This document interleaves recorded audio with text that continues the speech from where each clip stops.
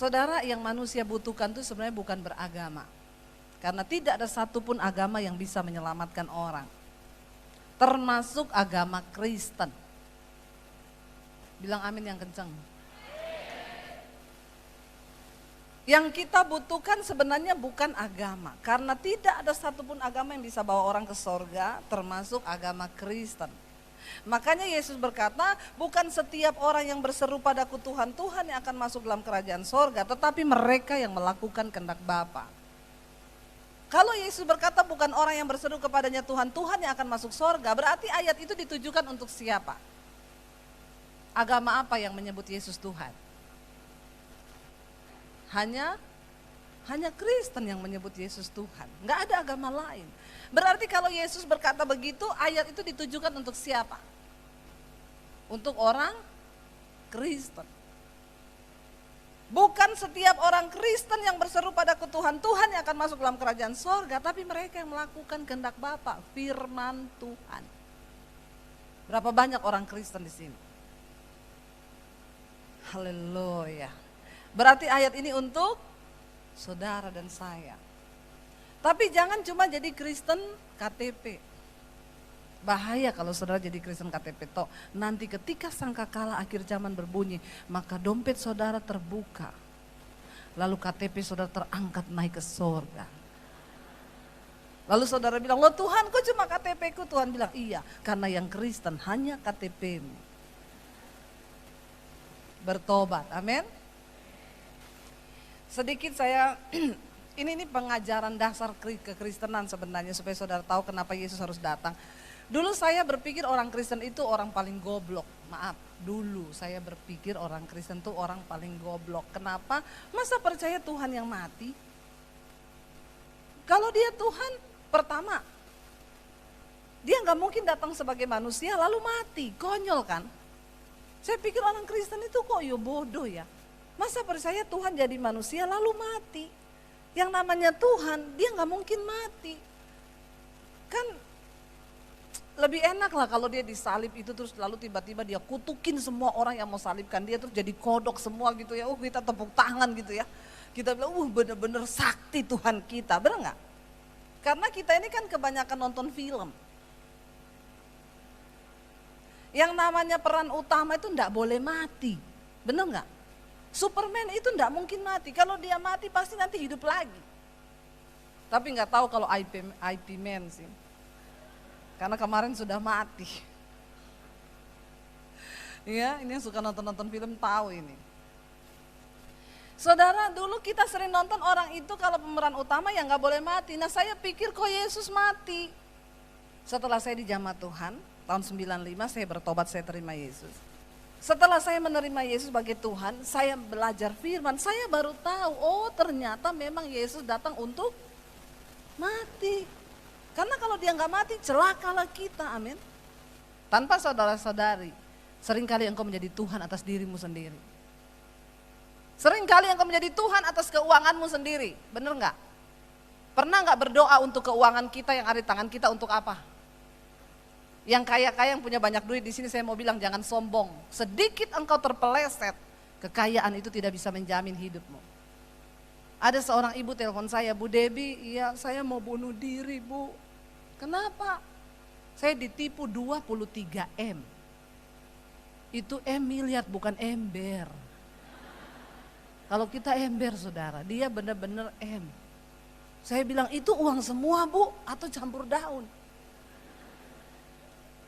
Itu uang Bu 23 M. Terus saya udah mau bunuh diri Bu, lemes Bu. Terus tiap kali mau bunuh diri ingat mukanya Bu Debbie, prem. Saya bilang Ibu, harusnya waktu Ibu punya uang 23 M, ingat muka saya. Amin. Bukan untuk saya mau minta duitmu, enggak. Ini loh orang Kristen tuh kebanyakan begitu. Kalau punya duit jauh-jauh sama hamba Tuhan, dipikir mau diminta duitnya. Waktu lu punya uang, telepon pendeta, tanya hamba Tuhan, Bu, saya mau ikut saham. Oh iya, kenapa ibu mau ikut saham? Saya akan tanya begitu, karena saya pengen cepat kaya. Orang itu ikut saham biar apa saudara? Cepat kaya. Saya akan bilang sama ibu sudah baca Alkitab? Udah apa ya? Udah temukan ayatnya orang buat cepat kaya? Alkitab berkata, barang siapa yang ingin cepat kaya pasti akan jatuh dalam berbagai-bagai itu sudah satu paket. Jadi engkau sedang menggenapi firman Tuhan. Amin. Ya, pakai hikmat jalani hidup.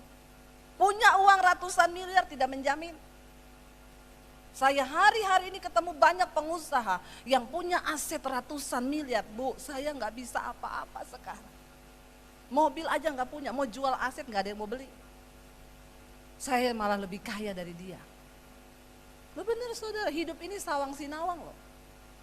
Jangan berjalan dengan kekuatanmu sendiri.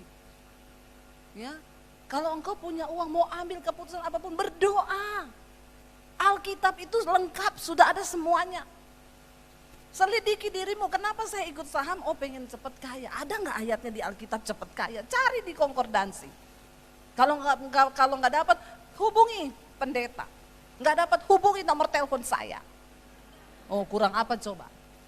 Saya itu di YouTube ngasih nomor HP loh. Bener saudara, jangan tertawa.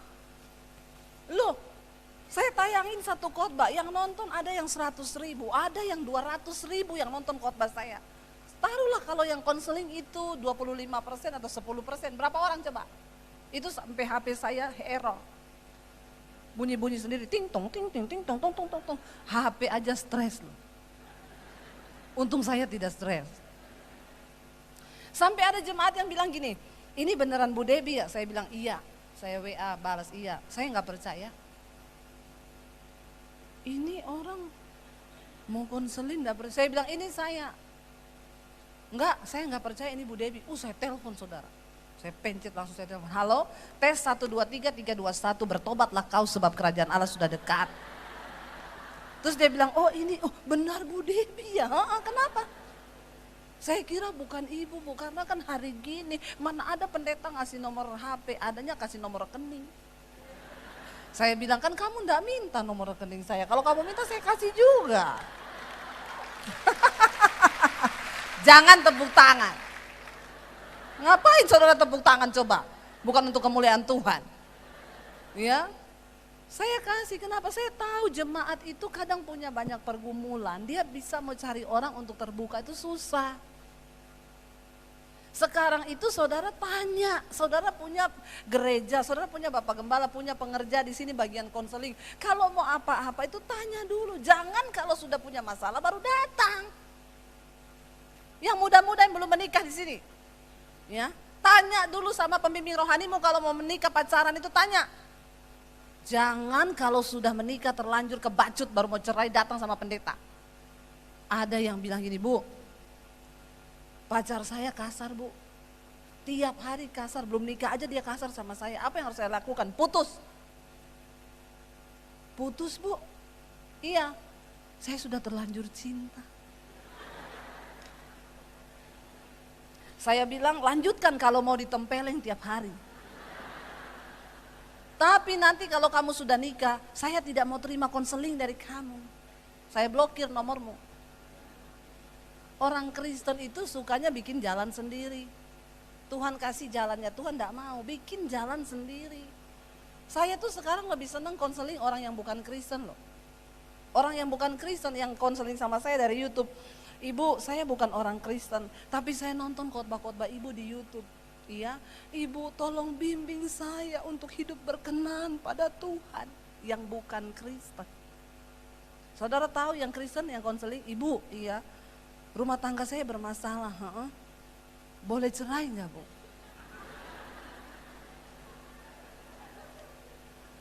Orang Kristen, saya bilang nggak boleh cerai. Tapi kan saya sudah menderita Bu, tidak boleh cerai itu standar Tuhan. Tapi saya tidak boleh. Kok Ahok boleh Bu?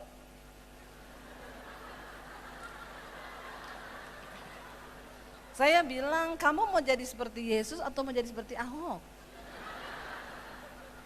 Hello, kalau hidupmu gak berubah.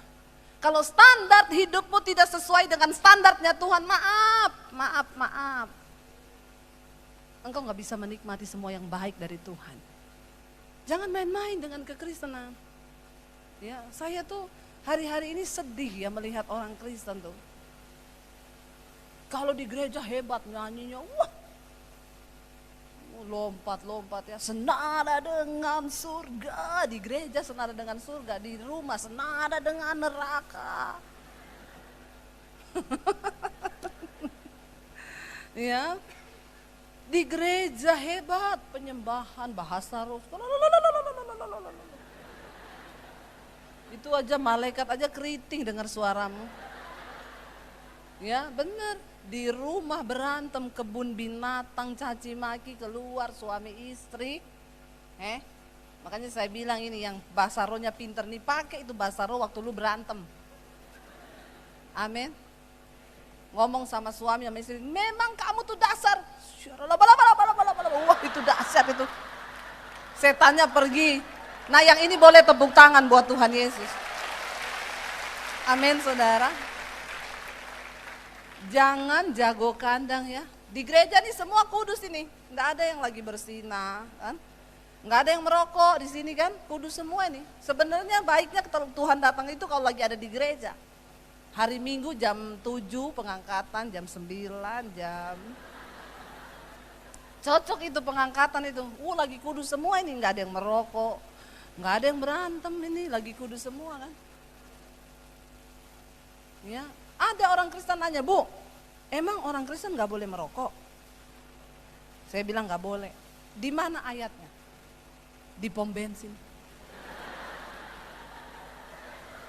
Baca aja di sana gede.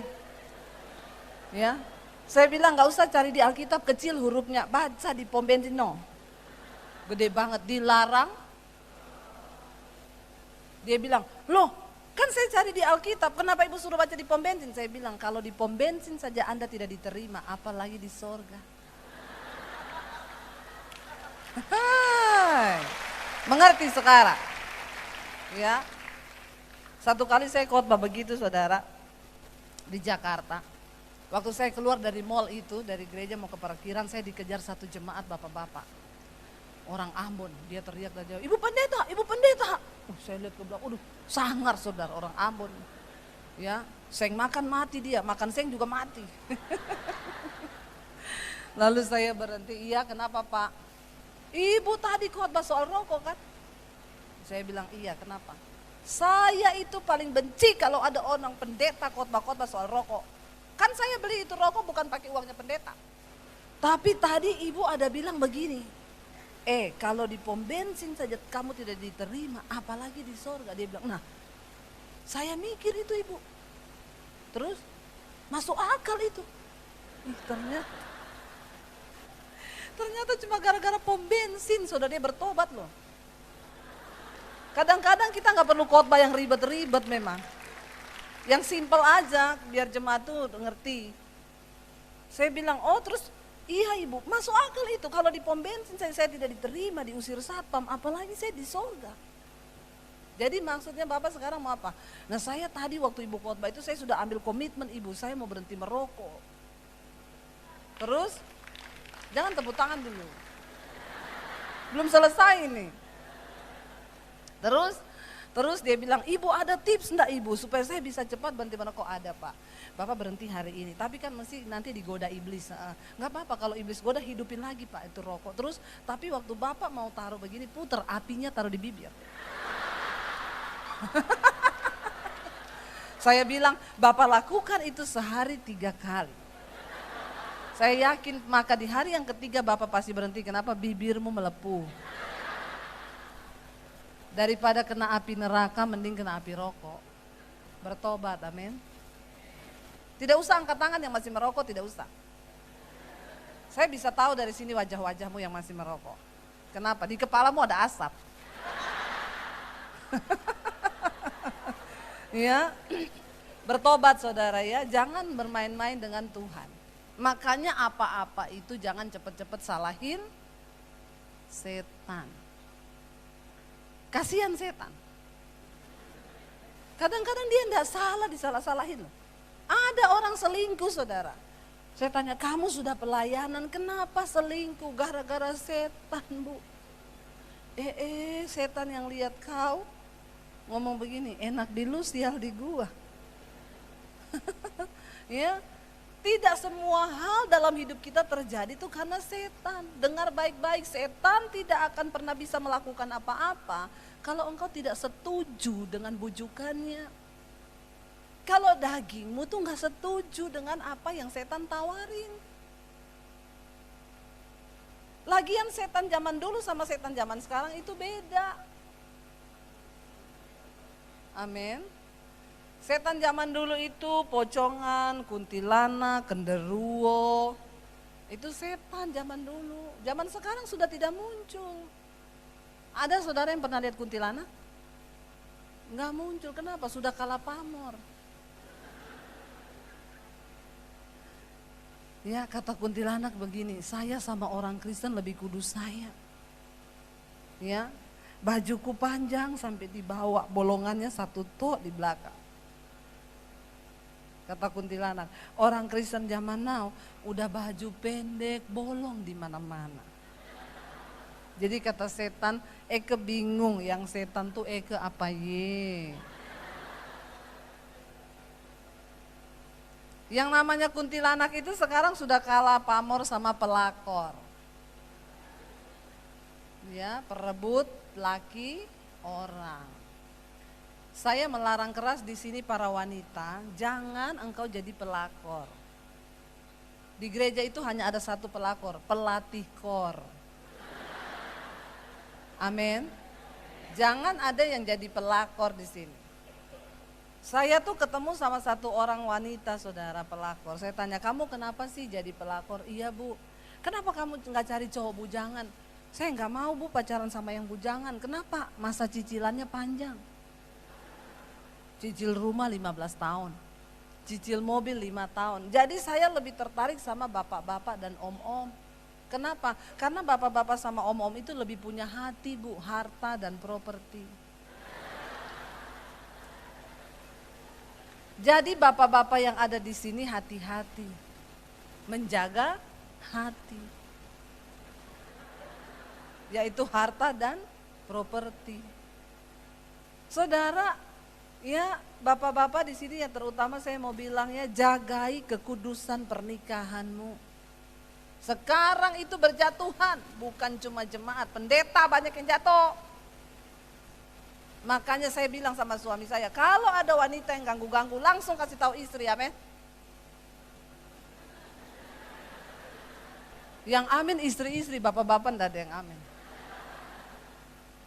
Kenapa Tuhan tempatkan istri di sampingmu, Pak? Karena istri itu penolong, pewaris teman, pewaris kerajaan Allah. Tanda-tanda suami selingkuh. 1, HP dipasang password, istri nggak tahu. Itu pasti ada di dalamnya yang aneh-aneh. 2, ke toilet bawa HP. Terus 1 hari itu masuk toiletnya banyak kali. Ya, istri yang ngajak ngomong, Pak, bentar, aduh, kebelet, bawa HP. Nah, itu ciri-ciri itu biasanya. Bukan cuma suami, istri juga bisa begitu. Jadi hati-hati saudara, kita harus saling menjaga. Kenapa? Karena setan hari-hari ini bekerja dengan luar biasa. Saya konseling pernikahan itu yang terbanyak itu perselingkuhan nomor 1. Ada lagi bapak-bapak aneh, Bu, saya sama istri hubungan kami sudah tidak harmonis. Sudah bertahun-tahun istri tidak melayani saya. Mungkin Bapak ada salah, dulu memang saya pernah ada salah sama dia. Ya Bapak minta maaf dan bayar harga, apalagi kalau itu dosa perselingkuhan. Tidak mudah Pak, hati istri yang sudah terluka itu dibangun lagi Pak. Iya Bu, tapi saya juga sudah tidak sejahtera Bu, karena dia benar-benar tidak melayani saya. Dalam hal apa? Segala hal. Terus saya akan tertekan Bu, saya berdoa, saya bilang Tuhan, tolong Tuhan tunjukkan jalan apa yang terbaik bagi rumah tangga saya. Terus, lagi saya bergumul begitu Bu, Tuhan kirim perempuan lain. Kalau ini bukan dibaptis ulang lagi kayaknya ya. Tuhan kirim perempuan lain. Saya bilang, terus Pak, saya ketemu dia Bu, kami senasib, dia dicuekin suaminya. Saya dicuekin istri saya. Jadi kami merasa sehati, serpikir, seperasaan. Lalu, makanya boleh kan Bu saya cerai sama istri saya dan menikah sama dia? Enggak boleh cerai Pak. Atau saya nikah lagi boleh enggak Bu? Enggak boleh. Loh kok Salomo dulu boleh Bu, istrinya banyak? Kenapa Daud boleh Bu? Masa saya enggak boleh? Bapak cari pendeta lain yang bisa membolehkan. Jangan konseling sama saya. Karena saya tetap akan ngomong standarnya Tuhan. Jangan bikin standar sendiri. Itu yang kirim perempuan itu bukan Tuhan, setan. Orang Kristen zaman now dengar suara Tuhan dia bilang suara setan. Dengar suara setan dia bilang suara, ngeri enggak saudara? Ngeri loh, ya berbahaya sekali. Makanya tolong hadirkan dimensi Allah dalam rumah tanggamu, hai suami istri. Jadilah suami istri yang hidup rukun bersama di dalam Tuhan, tidak ada pertikaian, tidak ada amarah. Saya sama suami saya punya komitmen dari awal menikah, berantem 5 menit cukup. Halo? Bilang amin. Mau dilakukan? Niat? Awalnya susah. Kenapa? Karena saya sama suami itu banyak perbedaan. Suami saya orang Solo, saya Sulawesi. Kami dulu pertama ketemu di gereja. Itu adalah tempat terbaik untuk ketemu jodoh, di gereja. Kan enak ditanya ketemu di mana Bu? Di gereja. Oh luar biasa, daripada ketemu di mana Bu? Terminal. Aduh, lu nikah sama manusia apa preman? Apalagi ketemunya di mana? Kuburan, pasti kawin sama setan. Ya, ketemunya di mana? Di gereja. Saya pikir wah ketemu hamba Tuhan, sama-sama hamba Tuhan pasti pernikahannya happy, bahagia, luar biasa. Nomor 1 persoalan dalam rumah tangga kami adalah komunikasi. Karena sebuah hubungan dibangun di atas dasar komunikasi. Ketika terjadi komunikasi yang tidak sesuai itu rusak. Saudara, ya, saya kalau orang Sulawesi itu ngomong nadanya tinggi. Orang Solo kalau ngomong nadanya rendah. Orang Sulawesi kalau ngomong gak bisa berhenti. Orang Solo ngomong lama ditunggu, ini ngomong apa sih, ngomong apa, lama sekali. Ya, lama. Lihat Pak Jokowi kalau pidato, jadi saudara-saudara. Orang nunggu dia mau ngomong apa? Bangsa ini. Tapi bagus saudara. Nah suami saya itu kami berbeda dalam banyak hal. Dari cara makanan. Ya, orang Solo kalau makan manis semua tidak ada pedesnya. Orang Sulawesi pedes semua tidak ada manisnya. Jadi saya kalau masak ayam rica, saya masak 2 macam, ayam kecap sama ayam rica. Kita makan satu meja tapi menunya berbeda. Jadi kami itu bagai sepasang sepatu, selalu bersama tapi tidak bisa bersatu. Tidak usah tepuk tangan, apa sih latah banget ya? Hal yang gak perlu untuk ditepuk tangani loh. Tepuk tangan tuh buat Tuhan, amin. Kalau yang kayak begitu tidak usah ditepuk tangani, biasa aja careless. Lalu, ya banyak ketidakcocokan di antara kami saudara. Itu bisa bikin berantem banget loh. Lama-lama saya pikir-pikir, kalau kayak gini terus saya stres juga masak 2 macam. Saya coba bikin ayam kecap, saya kasih cabai 1 kilo. Kecap sebotol. Kita coba makan lah. Waktu makan suami saya bilang, enak, gurih, manisnya dapat, tapi pedesnya gila. Saya bilang, enak, pedesnya pas, tapi manis banget. Tapi kami lakukan itu. Lalu mulai cocok kami. Satu kali mami saya datang dari Sulawesi, saya masak ikan woku belanga. Kan harusnya kuning kan, saya kasih kecap, jadi berubah coklat. Mami saya tanya, itu masakan apa deh? Ikan woku belanga, Mami, enak. Kenapa warnanya gitu? Biasa, menantu mami orang Solo makan aja, saya kasih kecap sedikit. Dia makan, saudara, dia bilang, ini bukan woku belanga apa? Kolak ikan.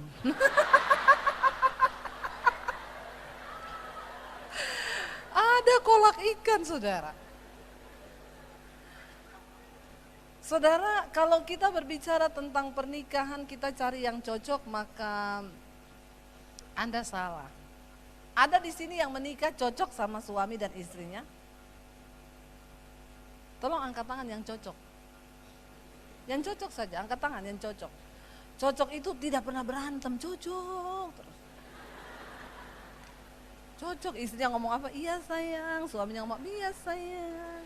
Iya, itu cocok. Ada di sini, saya doakan Anda terangkat hidup-hidup.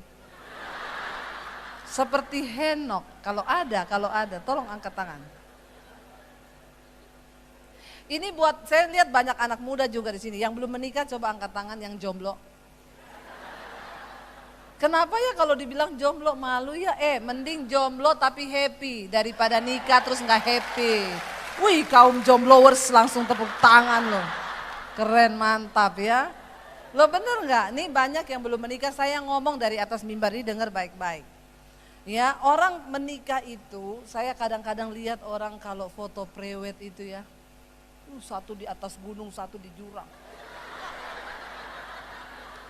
Saya tuh kalau lihat yang begitu, saya bilang sama suami saya, lihat ya, pret.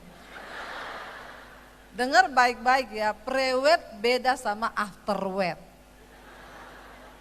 Saya bilang sama suami saya, say, kita kapan-kapan bikin foto mesra-mesra kayak di itu, tapi kita tulisnya afterwed. Itu baru hebat. Lu udah afterwed, terus lu bikin foto gitu udah menikah puluhan tahun, nah itu saya angkat jempol. Yang muda-muda dengar baik-baik. Pernikahan itu bukan 1-2 hari. Ya, itu untuk seumur hidup. Makanya jangan bilang cinta itu buta. Cinta itu melek. Melek, buka matamu lebar-lebar. Nanti kalau sudah nikah baru buta. Karena sudah terlanjur. Nggak bisa bikin apa-apa lagi, bener nggak? Kenapa? Karena Yesus berkata pernikahan itu 1 tambah 1 sama dengan, jangan bikin ayat sendiri.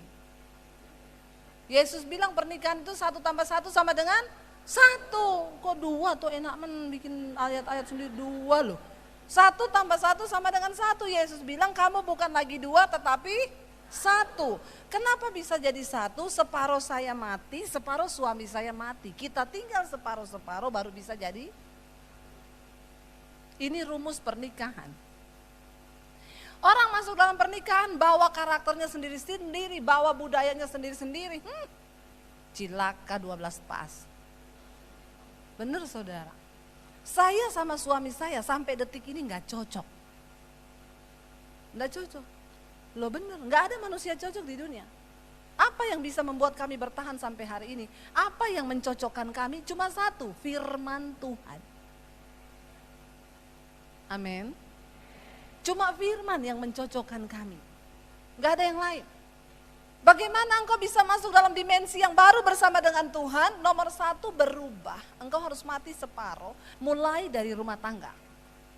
Enggak usah muluk-muluk memulai dari mana-mana, enggak usah. Dari rumah tangga. Saya diundang KKR wanita saudara di Jakarta, gabungan itu di Bekasi dan Depok. Temanya dikasih sama saya, wanita yang menjadi berkat sampai ke bangsa-bangsa. Saya baca ayat temanya, berat nih tema nih. Menjadi berkat sampai ke bangsa-bangsa berarti sampai ke Bangkok, Hong Kong.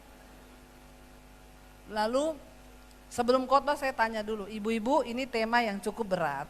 Sebelum saya mengkhotbahkan tema ini saya mau tanya dulu di sini, ibu-ibu yang tiap hari melayani suaminya tolong angkat tangan.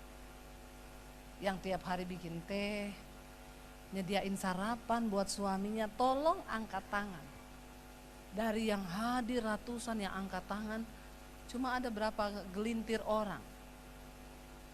Cuma ini yang melayani suami tiap hari, iya. Jadi kita rubah temanya pada hari ini, menjadi berkat di dalam rumah tangga sendiri.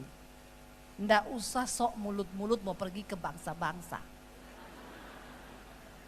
Buang-buang tiket, buang-buang duit, amin. Balik dulu ke rumah tanggamu sendiri. Kita ini Kristen kadang terlalu hebat dalam kata-kata. Ya. Yang pertama kalau engkau mau masuk dalam dimensi yang baru, di dalam rumah tangga sendiri dulu. Jadilah suami yang menjadi imam, jadilah istri yang menjadi penolong. Saya ketika menikah dengan suami saya, kami bawa karakter masing-masing. Saya ini dari Sulawesi. Papi saya itu walaupun kepala kantor, tapi dia biasa masak. Jadi pulang kerja dari kantor dia masak, bikin kangkung cah. Ya, kadang dia mau melakukan apa-apa itu mau. Dia jahit pakaian yang sobek, dia mau jahit. Tapi papi saya nggak bencong loh. Dia laki-laki sejati, tapi dia mau melakukan itu karena orang Sulawesi itu biasa begitu. Waktu saya nikah sama suami saya orang Solo, suami saya ini dari keluarga yang bapaknya itu dilayani kayak raja. Padahal saya ini terlahir dari keluarga Sulawesi, papi saya kadang bikinin mami saya kopi. Kadang mami saya di depan TV, papi saya datang, ini loh kopi. Mami saya nonton TV sambil minum kopi. Saya melihat itu.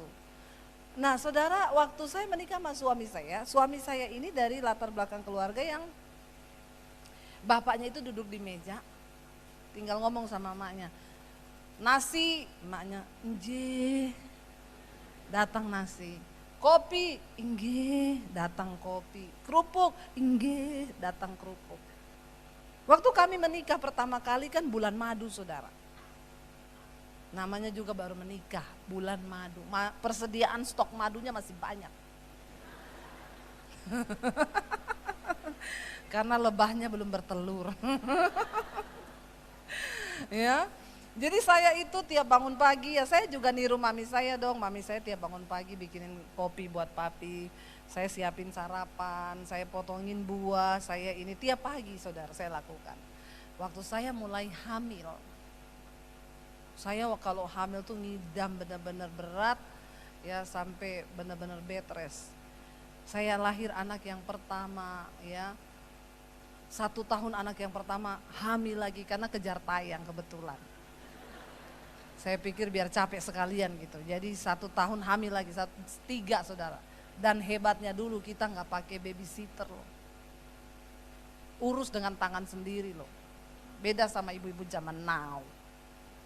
Ya harus pakai babysitter. Saya waktu masih belum punya anak saya bisa lama-lama saudara punya anak ini sudah 1 lahir lagi perut besar. Suami saya teriak kopi. Saya bilang, kamu kan punya tangan 2, kaki 2 kan?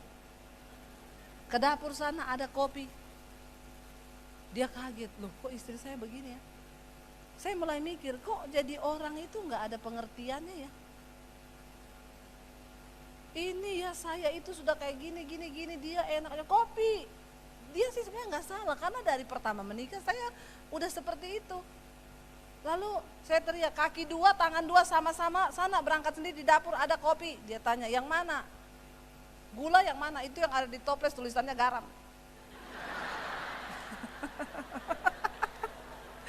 Loh kok gula tulisannya garam? Iya biar gak ketahuan semut.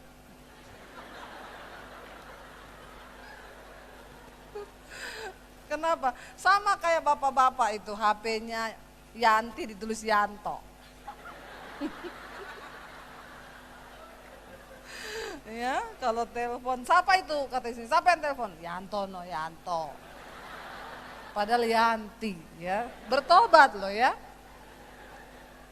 Sama kayak orang tulis gula garam biar nggak ketahuan semut. Dia bikin kopi saudara, ya. Besoknya gitu lagi, saya makin emosi. Saya berpikir ini kok orang ya ini bicara tentang kecocokan. Nah, ini kok orang makin hari makin gak ngerti capek kan. Waktu capek kurang tidur hormon berubah kan, bisa stres. Bapak-bapak tolong mengerti sama istrimu juga. Amin. Lalu saya pikir-pikir lama-lama kan saya juga emosi, jadi tambah rumah tangga jadi tambah ribut. Satu kali saya temukan ayat firman Tuhan yang berkata begini. Semua yang engkau lakukan baik dengan perkataan maupun perbuatan, lakukanlah itu seolah-olah untuk Tuhan dan bukan untuk manusia.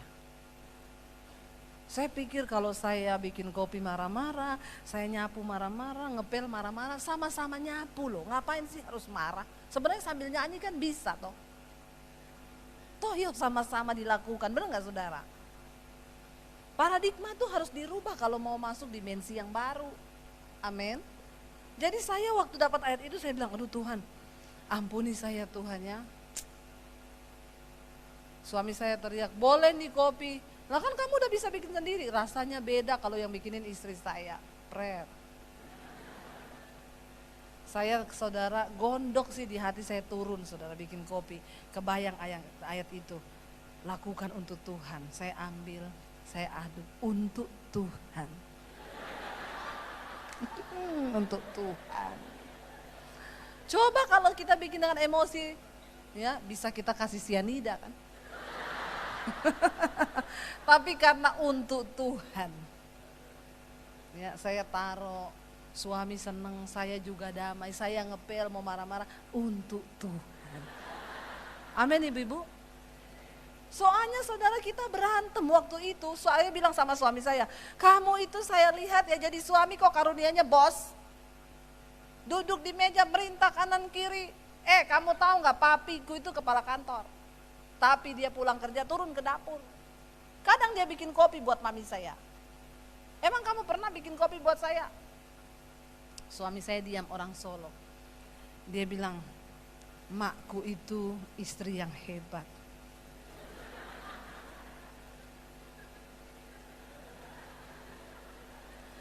Melayani bapakku udah kayak rojo. Bapakku cuma teriak nasi, nggih. Kerupuk, inggih, dan nggak pernah bantah, nggak pernah bersungut-sungut. Saya bilang, oh gitu, ya udah kalau gitu kita nikahkan saja makmu sama papi saya,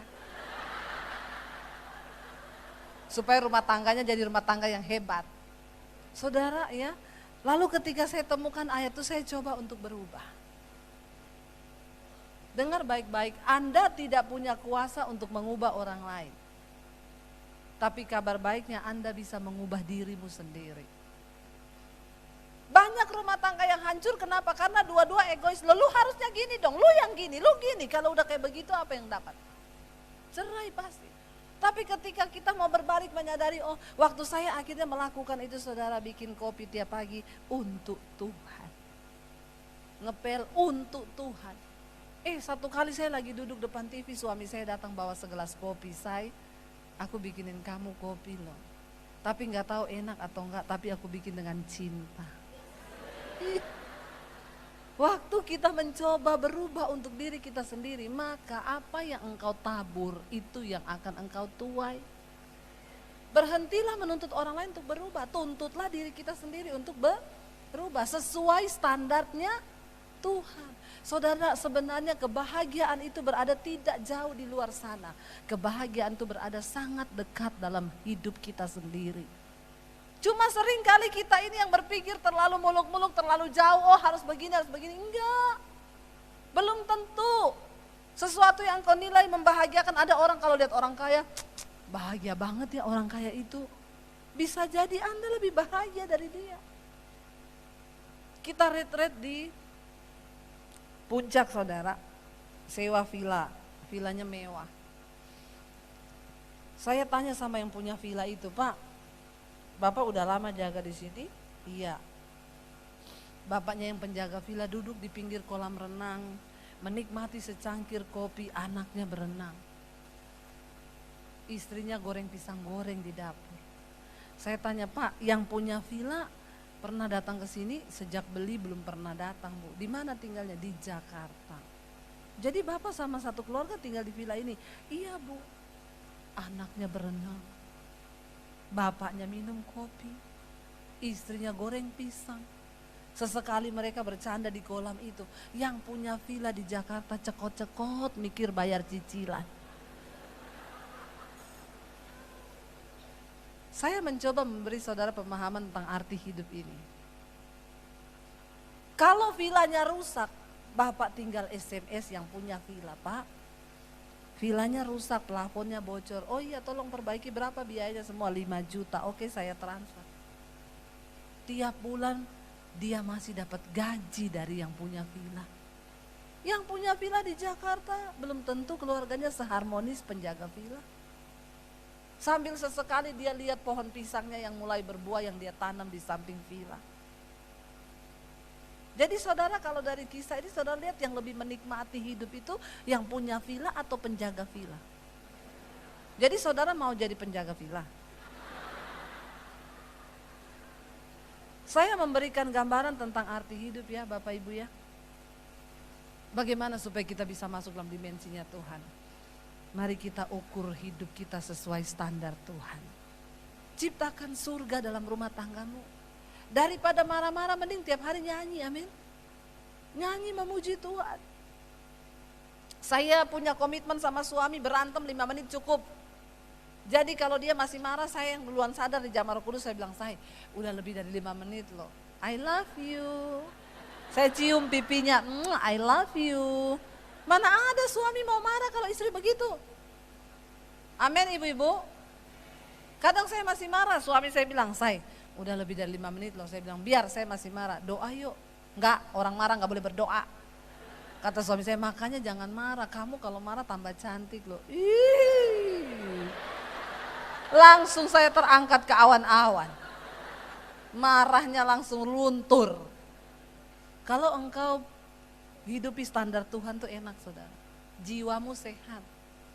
Engkau bisa memerintah jiwamu, jangan marah, stop. Amin.